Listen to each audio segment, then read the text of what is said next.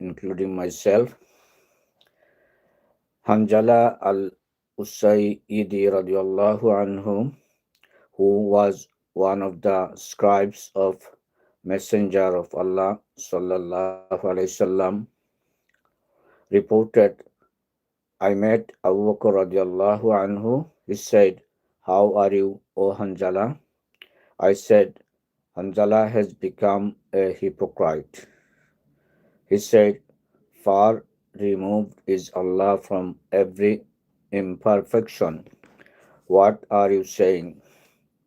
I said, when we are in the company of Messenger of Allah sallallahu alaihi wasallam and he reminds us of hellfire and Jannah, we feel as we are seeing them with our very eyes.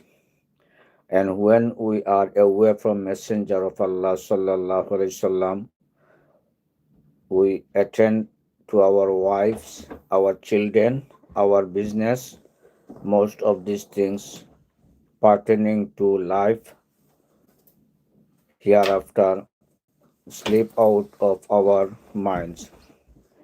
Abu Bakr radiallahu anhu said, by Allah, I also experience the same things.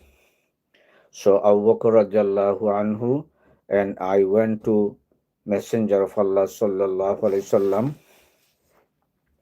and I said to him, O Messenger of Allah sallallahu alaihi wasallam, Hanzala has turned hypocrite.